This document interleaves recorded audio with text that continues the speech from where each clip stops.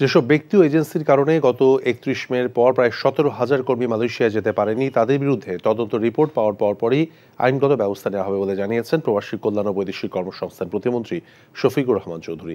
দুপুরে রাজধানী মিরপুরে বাংলাদেশ জার্মান কারিগরি প্রশিক্ষণ কেন্দ্রে জাপান যেতে ইচ্ছুক টেকনিক্যাল ইন্টার্নদের মধ্যে সনদ বিতরণ অনুষ্ঠানে তিনি কথা জানান। IM জাপান প্রকল্পের আওতায় আগামী ২৪ জুন এই ২৫ জন টেকনিক্যাল ইন্টার্ন জাপানে যাবেন কনস্ট্রাকশন, ম্যানুফ্যাকচারিং সহ বিভিন্ন খাতে কাজের জন্য।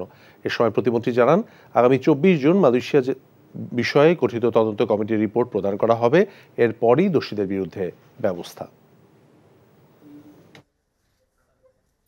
তদন্তের মাধ্যমে বেরিয়ে আসবে। আমরা তদন্ত কমিটি করেছি, তদন্ত কমিটি 7 দিন ছিল, এরপরে আরও 5 কর্মদিবস দিয়েছি।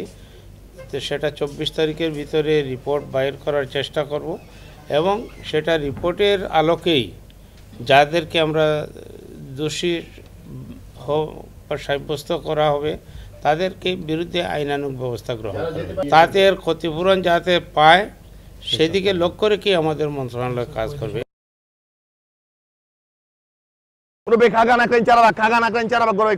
একদম শীতকালে বড় ভাই টান দিয়া যাবো খাগানা কাইন চারাবাগ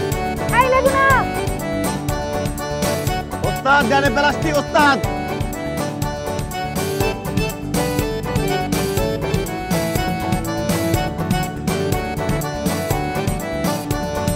আপনার বান্ধবী আসেনি আজকে? না, কেন রে লাগবে? হে পৃথিবী, তুমি আমাকে ক্ষমা করে দিও। কইছি না বাপ তুইলা কথা কবি না, কইছি না একবার কলিজার টাইন আছে।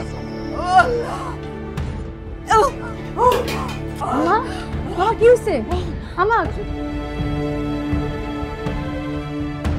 আমাদের মতো মানুষের এসব দেখা শোভা পায় না।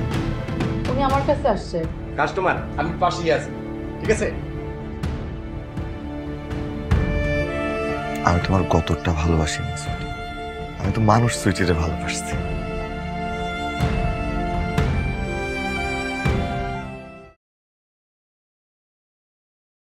এখন জন্ম সনদ দিয়ে খোলো বিকাশ স্টুডেন্ট অ্যাকাউন্ট। নিজের বিকাশ নিজে কর।